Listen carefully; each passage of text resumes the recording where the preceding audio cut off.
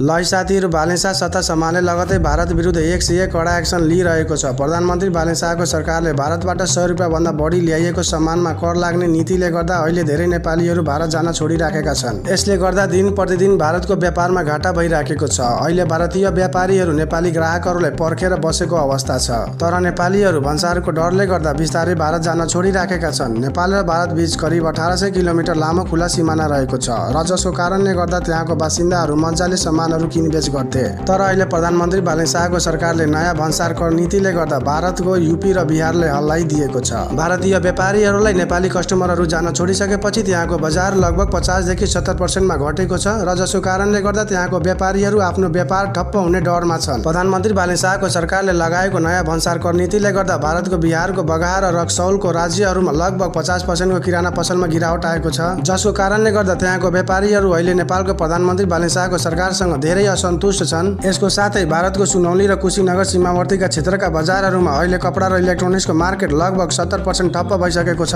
प्रधानमन्त्री भालेसाको सरकारले लगाएको नयाँ भन्सार कर नीतिले गर्दा भारत र नेपालको सीमावर्तीका क्षेत्रमा धेरै घाटा भारतले भइराखेको छ र धेरै असर पनि भारतले भइराखेको छ।